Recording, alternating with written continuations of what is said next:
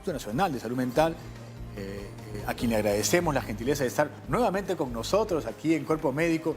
Dada su experiencia, la verdad que va a ser muy valioso compartir la experiencia y la orientación, sobre todo a todos nuestros televidentes, porque como ustedes saben, este programa quiere orientar en salud y llevar la bandera de la prevención, que es tan importante para evitar enfermedades y consecuencias. Doctor Víctor, bienvenido. Bueno, usted ya es de casa, así que muchísimas gracias por siempre acompañarnos y aclarar todas las dudas que nosotros tenemos. Pero para eso voy a dejar primero los números telefónicos para hablar de lleno ya con usted. Y en casa pueden hacer todas sus preguntas y es al 619-0774, al 619-0776 y al 619-0777. Y por supuesto también nos pueden escribir a través de nuestras redes sociales y también nos pueden volver a ver a través de nuestra señal de YouTube. Así es.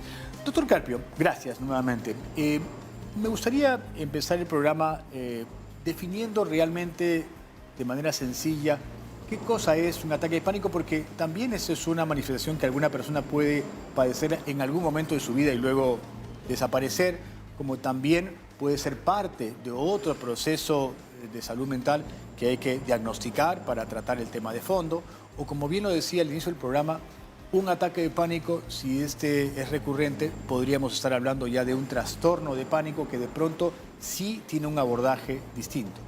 Cuéntenos, ¿de qué se trata este ataque de pánico? Bueno, ante todo, buenos días, muchas gracias por la invitación, nuevamente aquí con ustedes. Y sí, vamos a hablar de lo que es un ataque de pánico, ¿no? Y el ataque de pánico es un episodio, y es un episodio sumamente difícil para quien lo sufre. ¿Por qué? Porque este paciente, en este episodio que puede durar corto, como 20 minutos o hasta más largo, hasta determinado número de horas, la persona lo que va a tener es un miedo tan intenso que lo podríamos denominar en la traducción que utilizan los americanos como el terror, ¿no? En este terror va a haber distinto tipo de sintomatología. Dentro de ellos, por ejemplo, la presión arterial se va hacia arriba, la frecuencia respiratoria, también va a tener sudoración, pero al nivel tal que la persona tiene una sensación de muerte o de estarse volviéndose loca, por lo cual inmediatamente van a ir a buscar ayuda profesional. No importa que sea de noche, van a terminar yendo. ¿Por qué? Porque están pensando que les está dando un ataque cardíaco, que se van a morir. Es un evento muy agudo, muy fuerte. Ahí hablamos de lo que es un episodio o un ataque de pánico. Y qué bueno que lo aclare, doctor, porque a veces llegan a emergencia, el doctor le dice a los familiares tranquilos que no es nada del corazón, no se va a morir y todo, y en casa comienzan los familiares, ya ves, tienes que ponerte un poco más tranquilo, no pasa nada, relájate, y no buscan la ayuda necesaria y no comprenden realmente al paciente que está sufriendo. Definitivamente, ¿no? O sea, llegar hasta el punto de un terror y ese terror mantenerlo durante 20 minutos a horas es algo que es torturante para el paciente. Muchos casos pueden llegar al hospital y en el tiempo que llegaron, que demoraron, principalmente en una ciudad tan grande, es como que ya el episodio ha pasado. Entonces llegan y están tranquilos, ¿no? Pero también es importante recalcar algo. Siempre los diagnósticos diferenciales son muy importantes. La persona, por ejemplo, puede tener ataques de pánico, bien, no necesariamente solamente de una connotación psiquiátrica. Hay enfermedades también de otras especialidades que pueden desencadenar o predisponer ellos. Por ejemplo, uno bien conocido es el feocromocitoma, ¿no? Un tumor que descarga noradrenalina per se y lo que hace es producir toda la sintomatología en forma mucho más crónica. Hay que con el doctor del Carpio y estábamos viendo y lo estaba definiendo de que el tema del ataque de pánico podría ser, sí, pues también un trastorno que se puede confundir con otras manifestaciones de problemas de salud mental. Y en ello es importante establecer un diagnóstico y sobre todo indicarles a todos nuestros televidentes que nunca hay que naturalizar esta sintomatología. Hay que ir a un profesional. Hoy día tenemos estos centros de salud comunitarios que podríamos llegar en una primera instancia y seguramente ser referidos cuando esto no tuviera una solución pronta, pero tomar medidas al respecto. Y ya tenemos, doctor, tenemos preguntas de redes que la vamos a compartir, la vamos a leer para que usted nos pueda orientar. Tenemos una pregunta de Leticia de Chosica de Facebook. En el 2018 tuve eventos familiares y personales fuertes. Estaba en mi último año de universidad y trataba de evadir mis pensamientos, pero frecuentemente sentía que me iba a morir. El psiquiatra me recetó sertralina, pero no la he tomado por miedo a la dependencia. ¿Debería tomar estas pastillas, doctor? Bueno, ahí una de las respuestas que podríamos dar es que los antidepresivos no son adictivos. Es un mito que tenemos que romper. Es un mito total. Los ansiolíticos sí. Los ansiolíticos sí. Y bueno, son dos medicamentos que en psiquiatría sí nos llevan y que tenemos que tener mucho cuidado. Entonces, todos los ansiolíticos, las benzodiazepinas per se, o sea, en general no todos los ansiolíticos, las benzodiazepinas y también lo que se puede utilizar algunas veces como por ejemplo las anfetaminas, ¿no? Que se pueden dar en el trastorno de déficit de atención y hiperactividad, son con quienes hay que tener riesgo. ¿Por qué? Porque ellos tienen dos características, que son el fenómeno de tolerancia, que significa que cada vez necesito aumentar la dosis para tener el objetivo conseguido, y el fenómeno de abstinencia. Dejo de tomar la medicación y me viene todo lo que es la abstinencia con irritabilidad, ansiedad, desesperación y la búsqueda de la sustancia. Claro que sí. Y bueno, ya tenemos una primera llamada de Susana que nos está llamando de Los Olivos. Adelante, Susana, por favor. Buenos días, doctores. Bienvenida. Muchas gracias de antemano por la respuesta. Mire, yo soy una persona de 73 años y hace mucho tiempo, creo que desde niña, cuando tenía que dar examen de niña, de adolescente, se me aflojaba el estómago de los nervios. Ahora que ya estoy adulta, cuando tengo emociones muy fuertes, se me afloja el estómago, me da taquicardia, y ya me ha visto el cardiólogo y el gastroenterólogo, me han hecho todas las pruebas y me dicen que es mi cerebro, mis emociones que hacen eso. Yo quisiera que ustedes me den unas lucecitas porque soy hipertensa, tomo pastillas y no me gustan los ansiolíticos, pero hay veces que es muy esporádicamente que me ocurre esto, pero estas depresiones no me dejan ni dormir. O estoy alegre, me emociono demasiado y se me afloja el estómago, me da la taquicardia. Entonces, yo quiero saber si es realidad la emoción que me hace esto, doctor, por favor. Okay. Gracias. Muchas gracias, Susana. Ya. La respuesta ahí que yo le daría es, la ansiedad per se no es un trastorno mental. Y eso hay que tener en consideración el tipo de personalidad que hay. Las emociones siempre vienen desencadenadas por los pensamientos que tenemos. Entonces hay personas que han sido criadas y han aprendido a siempre catastroficar las cosas, a ver el lado negativo, la incertidumbre. Entonces ese pensamiento lo que me genera son emociones normales propias, como es la ansiedad. Pero también hay que recordar un detalle, la ansiedad lo tiene todo ser vivo. Si alguna especie no tuviera ansiedad, simplemente no hubiera existido actualmente. Entonces, esa ansiedad que presenta la señora, que es secundaria a problemas reales, no viene a ser un criterio de diagnóstico psiquiátrico. Entonces, en sí no necesita tomar medicación. Lo que necesitaría podría ser la parte psicoterapéutica para aprender a racionalizar los pensamientos que le llevan a tener ese tipo de emoción. Claro que sí. Ahora, hay algo que ella comentó de niña que también presentaba un poco de ansiedad, pero en niños se presentan estos ataques de pánico y si se llegaran a presentar, ¿por qué?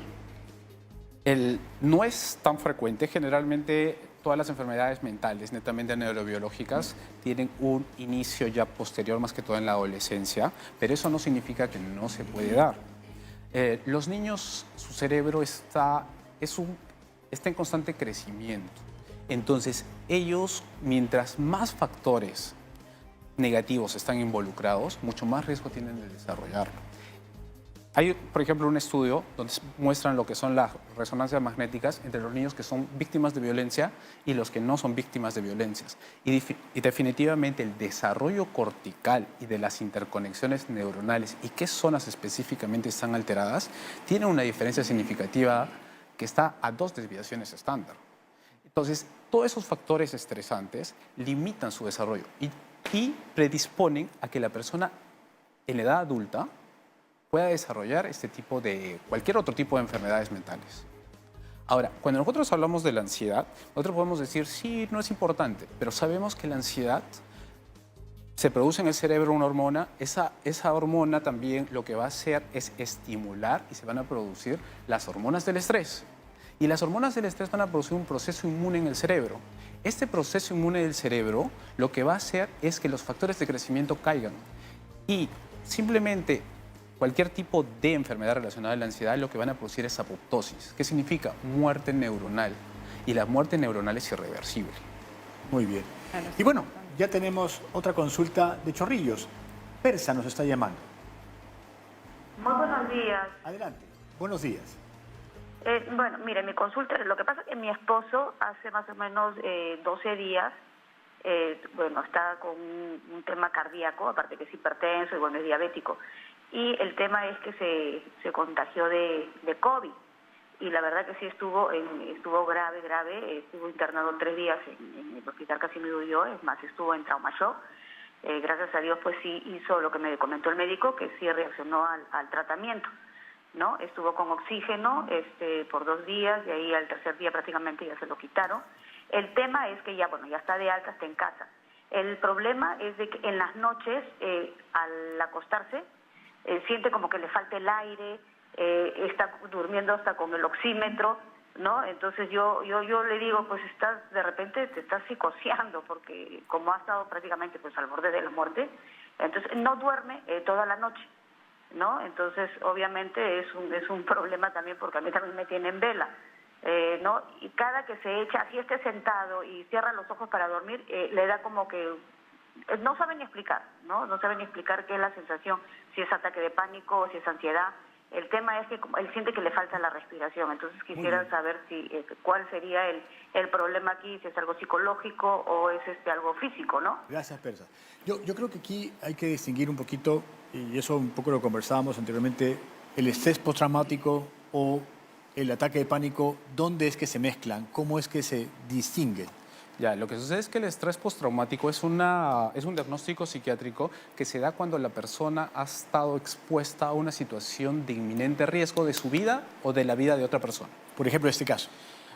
Podría serlo, no, porque aquí estaríamos solamente hablando en base de sugestión. O sea, no tengo la información correcta, no lo podría decir. Podría ser.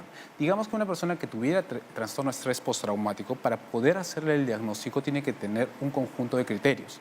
Dentro de ellos, por ejemplo, vienen lo que son los flashbacks, que son imágenes vívidas del episodio, que vienen, la persona está tranquila o está durmiendo, y vienen, y eso viene desencadenado por una descarga de neurotransmisores, principalmente la noradrenalina, produciendo toda la sintomatología que hemos hablado. Pero también, por ejemplo, en este caso, es algo muy frecuente que yo estoy viendo en los pacientes, que pacientes que han tenido COVID están presentando síntomas de ansiedad.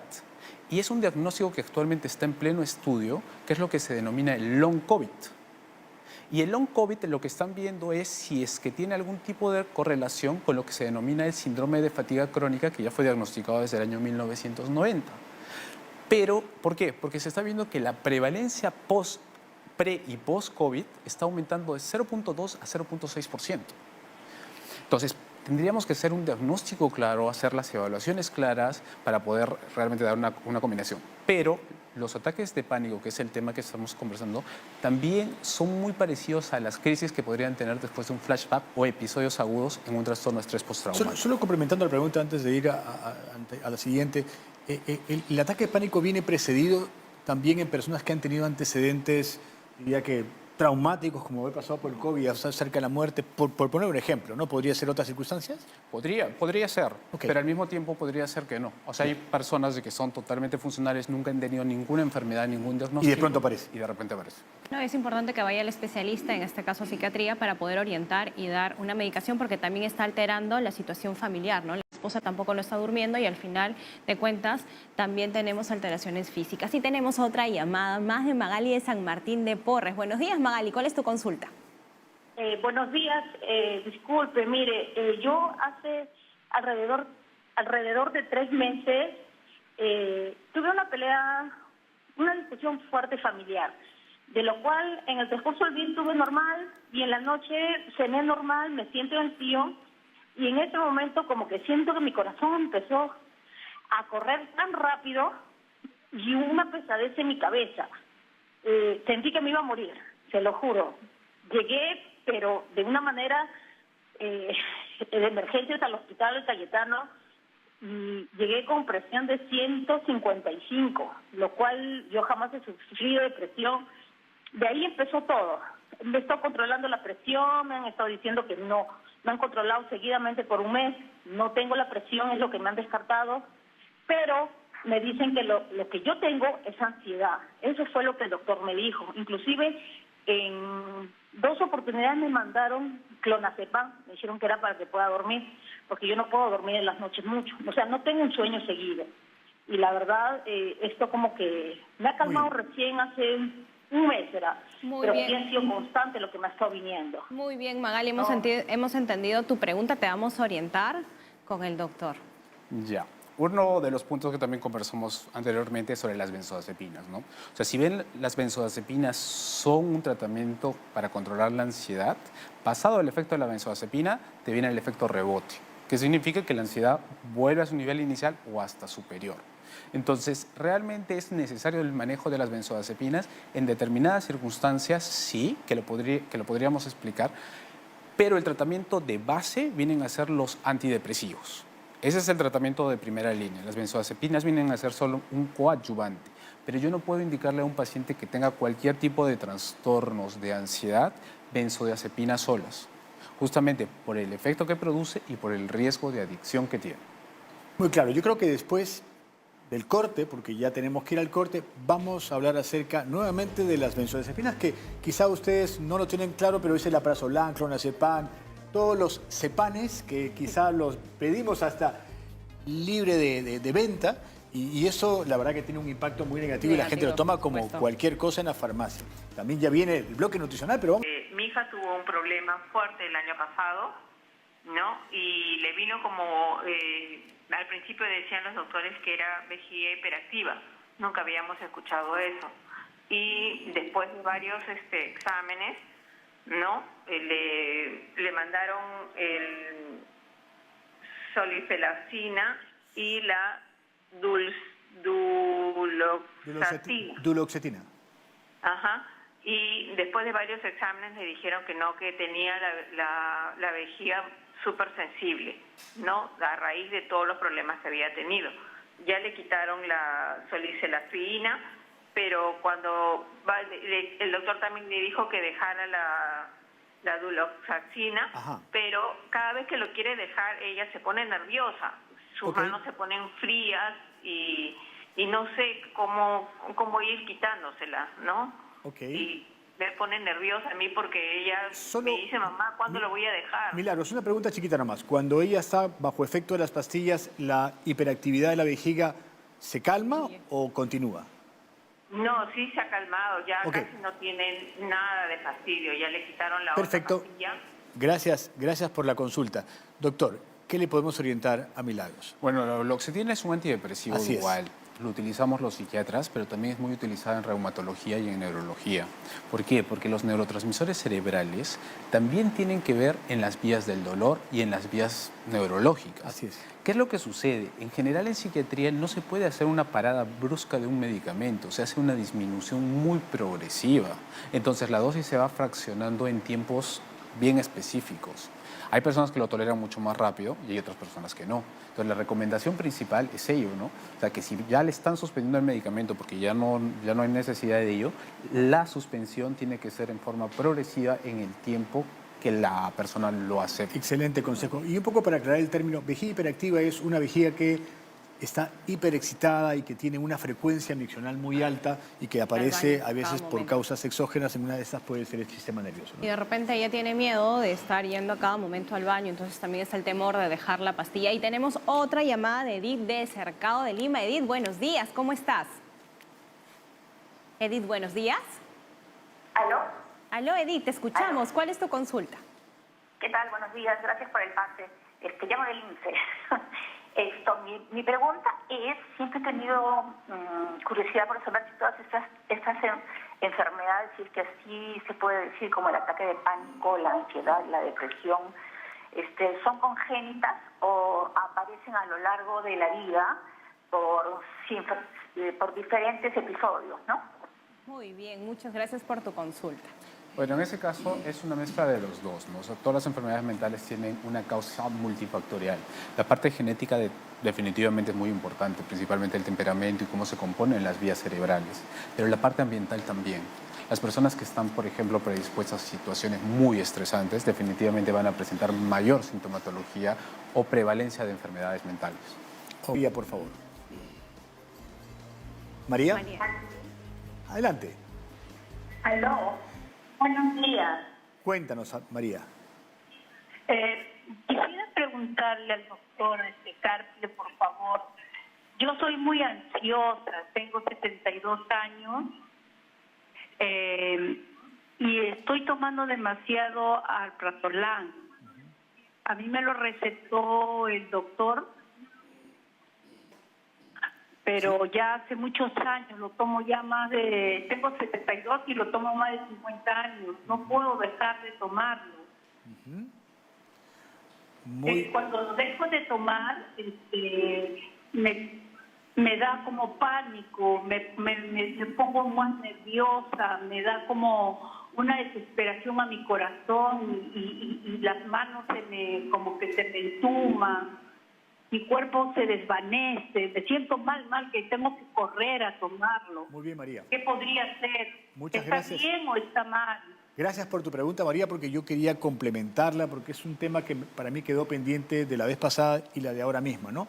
El uso indiscriminado de las benzodiazepinas, en este caso el alprazolam, ¿no? Que se vende muy alegremente, más allá de que a veces se piden receta o no, pero la gente se automedica. Mira, 50 años tomando una pastilla y los impactos los vemos en el largo plazo, ¿no? ¿Qué le podemos aconsejar? Para ella y para todos los que toman algunos ansiolíticos, ¿no? El detalle viene de que en este caso, o sea, después de tomar largo tiempo y por lo que estaba comentando, que ya tiene una abstinencia y una tolerancia y que está alterando las... Claro, hay un cuadro distinto, ¿no? Ahí hay una... Tú me comentaste la vez pasada de no tomar el alprazolam, que tomaba chiquito, ahí 0,25, ya no tomo nada y creo que en realidad se puede sobrellevar esto sin... A veces uno lo toma como un aditivo y no lo necesita, ¿no? Ahí vendría ya también a evaluarse si realmente cumple los criterios para hablar de una dependencia, o sea, de una adicción a los sedantes o a las benzodiazepinas. Eso es un manejo ya a largo plazo, entonces va a tener que ser evaluado por los psiquiatras para ver si es... Pero hay soluciones para ver cómo puede migrar hacia otra medicación. Es un manejo a largo plazo, es un manejo tal cual en adicciones lo podremos manejar con una retirada progresiva y muy lenta del medicamento, tratando de tolerar esa abstinencia que le está generando, ¿no? Lamentablemente tomar las benzodiazepinas sí se puede indicar, generalmente en todo lo que tiene que ver con ansiedad, pero por tiempos hasta 4 a 6 semanas. ¿Y por qué el tiempo de 4 a 6 semanas como máximo? Para evitar riesgos y 2, porque los antidepresivos que se utilizan tienen un efecto en el momento actual a la 4ª, 6ª semana, para yo saber eficacia. Actualmente ya están saliendo otros medicamentos nuevos en el mercado que incluso ya están entrando en la parte privada en el país, de que ya te dan una respuesta hasta la semana, ¿no? Entonces, o sea, tú combinas el efecto del antidepresivo con el ansiolítico para el primer efecto de los primeros 4 semanas, mientras que el antidepresivo ya hace efecto. Exactamente, Ok. ¿no? Para evitar que el paciente desde el primer inicio comience a presentar esa ansiedad. Perfecto. Pero, ¿cuál es la técnica de este medicamento? Que las benzodiazepinas están subiendo, o sea, comienzan en una dosis X y van a ir bajando progresivamente en estas 4 semanas o 6 semanas. No es que a la 4ª, 6ª semana yo la suspendo bruscamente, porque si yo la suspendo bruscamente, la persona se va a sentir totalmente ansiosa y va a buscar. Manejo profesional, ese es el Muy mensaje, bien. ¿no? Doctor, ¿el consumo de alcohol o drogas puede desencadenar un ataque de pánico? Y otra pregunta más, ¿cuáles vendrían a ser las estrategias recomendadas ante un ataque de pánico si algún familiar o un amigo lo presenta? Ya, sí, todas las drogas te pueden desencadenar. ¿Por qué? Porque estamos hablando que las drogas y también el alcohol, solo que en distintas maneras, están actuando con neurotransmisores, ¿no? Distintos neurotransmisores. Entonces, al actuar, te pueden, por así llamarlo, disminuir ese umbral de una ansiedad de lo que podríamos llamar normal y te pueden desencadenar a las personas que están predispuestas para ello. Hay personas que consumen anfetaminas estimulantes, bota todos los neurotransmisores de golpe y sí, eso te va a generar un ataque de pánico que está descrito, ¿no? Entonces hay que tener mucho cuidado. Ahora, las recomendaciones durante el episodio son un poquito difíciles. ¿Por qué? Porque la persona cuando está en un evento de terror extremo, fácilmente no va a estar recordando, ¿no? Pero una de las recomendaciones que se podría hacer es que las personas respiren en una bolsa de plástico o de papel. ¿Por qué? Porque al menos así voy a poder quitar una de las sintomatologías, que es el hecho de las parestesias que se comienzan a dar. ¿Por qué? Por esa respiración rápida. ¿El deporte ayuda? Definitivamente, ¿no? El deporte ayuda muchísimo. ¿Por qué? Porque te libera endorfinas, que tiene que ver con el sistema opioide. Te regula la serotonina, te regula la noradrenalina. Y en forma general, esa sensación de bienestar es un factor protector.